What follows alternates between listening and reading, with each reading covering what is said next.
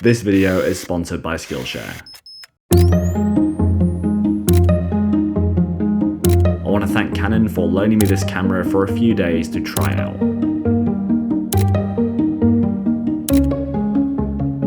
So why is this camera sold out almost everywhere? And more importantly, why is it selling for more used than it did when it was brand new? Of course, it popped off on TikTok. This camera was released in 2019, almost 6 years ago, 1 year into the release of Canon's full-frame RF mirrorless cameras. But following a low demand for their compact cameras, Canon had to close their manufacturing factory in Zhuhai, China in 2022, which specifically produced their compact digital cameras. They made this decision while focusing on their more high-end, in high-demand mirrorless cameras. As a result, with the ongoing surprise boom around compact cameras now, there is just no supply to meet up with the increased demand. There is good news though. Good news, everyone! In this interview with Nikkei Asia, Canon CEO Fujio Mitarai has stated that they're considering going fabless for the production of printers and lower-end digital cameras. This means there could be new compact cameras on the horizon. So in this video, I want to talk about the current reigning champion of compact cameras from Canon, why it's so good for photographers, and what we could expect in something new. Oh, that's a cute camera. Is that for taking photos at your family parties? Oh no, I'm becoming a photographer.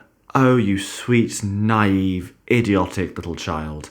You need something with interchangeable lenses to become a real photographer. But this has a fixed zoom lens and a flip touchscreen. No, flip screens are for vloggers, not for photographers. Before we get into the many good things about this camera, I do want to address a couple of the complaints that many enthusiasts had when this camera was released. It has a mic input and nowhere to put the microphone. Sadly, there are also a few things missing that are missing from a lot of Canon cameras, such as no grid overlay, no histogram overlay, and no electronic level as soon as you press the record button. For some reason, that isn't available on even the Canon R6 Mark II, R8, or R5. For reasons no one can explain. And sadly, on this camera, we do not have dual pixel autofocus, which of course is Canon's famous autofocus system. In photography mode, this doesn't seem to be an issue whatsoever, but in video mode, you do find it hunting a little bit in lower contrast situations. It is just using contrast-based autofocus. So why is this camera so popular with normal people? By normal people, I just mean non-photographers who don't obsess about gear as much as I do. Cameras like this take away from what we're used to these days, with the super HDR computational photography of smartphones. And they bring back that cool flash like early digicam and kind of paparazzi vibe when you're taking photos with your friends. To learn more about using flash for cool creative effects, you can learn all of this and more with this video's sponsor, Skillshare. To learn more about shooting with a flash for fill or to create a certain vibe, I've really been enjoying this class from Finn Badgley on how to use flash lighting for digital photography, specifically the chapters on direct flash, power levels, and advanced techniques. Whether you're learning the basics of exposure with your first camera, acquiring new street photography skills, or learning something completely new, like how to organize your life and projects in Notion, Skillshare has the exact classes you need to develop all of your skills in one place. Going into this year, my photography goals have changed.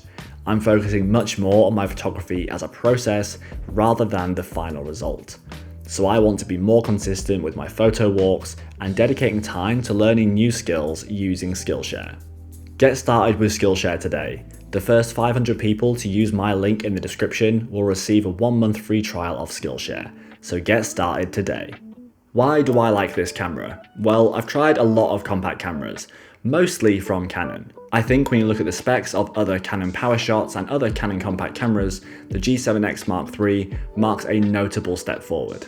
While it doesn't have the APS-C size sensor of the G1X Mark III, the 20.1 megapixel 1-inch sensor is still enough and much better than the majority of compact cameras out there. There are also physical aspects of using this camera that make it a much more compelling product compared to most of the compact cameras I've used. For me, a waist level LCD which tilts like this is preferable for photography, I like the flip out screens for video, but when it comes to photography, I actually prefer to have this kind of waist level shooting experience. And of course, this screen also flips all the way around for selfie shooting if you want to shoot a vlog, which isn't something I often do, but it means if you do want to, you can. And there's that autofocus for you, slowly getting me, not quite getting me. This is improved. It's a shame really. If this had dual pixel autofocus, this would be a killer video camera. The lens we have here is a 24 to 100mm fixed zoom lens. It has a f1.8 at the wide end and f2.8 all the way at 100mm.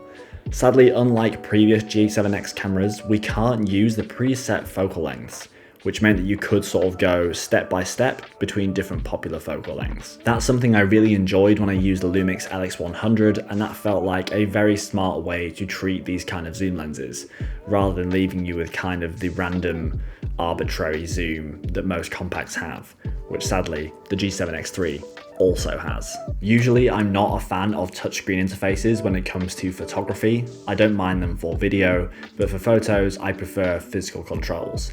But having a good Canon touchscreen on a waist level viewfinder like this, rather than a flip out LCD, is actually a winner.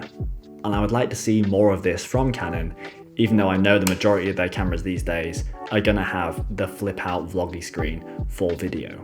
So that must have an APS-C size sensor, right? This has a 1-inch sensor, I think. No. 1 inch is too small. You need at least an APS-C size sensor, if not full frame.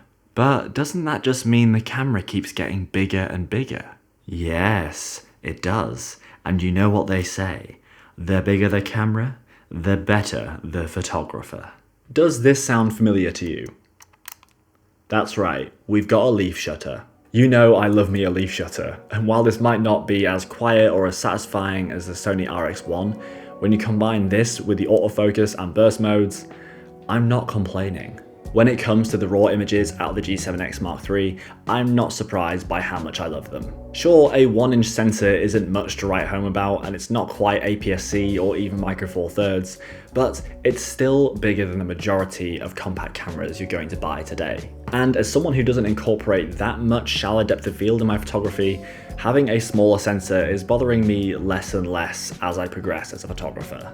And sure, using a camera like this isn't very serious or professional, but some of my favourite photographers, like absolutely up there photographers, are currently shooting some of their best work on smartphones.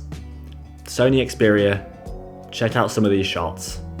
Absolutely on another level. By now we should all understand that a big sensor does not necessarily equal better photos. All of the images you've been seeing from the G7X III in this video have been edited using my Kodak film stock presets, my Fujifilm film stock presets, and my naturally filming presets. You can pick up all 3 packs together in the 3-pack bundle and then save a further 20% using this unique code at checkout. These are some of the best film simulation presets you can buy, and I use these on 100% of the images you see me share online. So I'll drop a link in the description so you can check those out. You've likely heard the rumours that there could be a new Canon compact camera coming out, and at the time of making this video, there are 0 confirmations. So while it could all be wishful thinking, you have to admit, there are signs. Alright, 2025 is going to definitely be the year that digital point and shoots make a full swing comeback. They're going to be just under $1,000. They're going to be like $800, $900. Yep.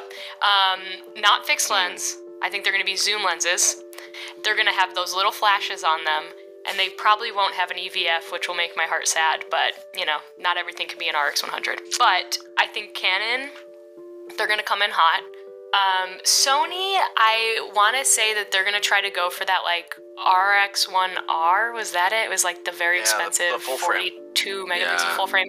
I think they're going to go that route with it. Yeah, and maybe we'll see, like, a surprise somebody. Panasonic. What if Fujifilm brings back the fine pics? Here's a question, Beckett. Do photographers want new modern point and shoot designs, or do they want like CCD nostalgia boxes from back in the day? Photographers don't want this. This isn't for photographers. Right. This is for my mom who misses using one of these cameras. This is for Instagram and TikTok folks who just want to carry something on their wrist. And then it's for me who just wants to have fun and play with it and tell people about it. All right. I kind of side with Becca Versace that there does feel like there's something in the water. Something is coming down the line from multiple different brands. And I would really love to see something amazing from Canon. What I do know though is that this little $200 beautiful boxy design camera from 2007 can make amazing in-camera JPEGs. And I did an entire video detailing how you can do that, which you can watch here. Well worth checking out, and you can use these settings on many more cameras similar to this Ixus 70.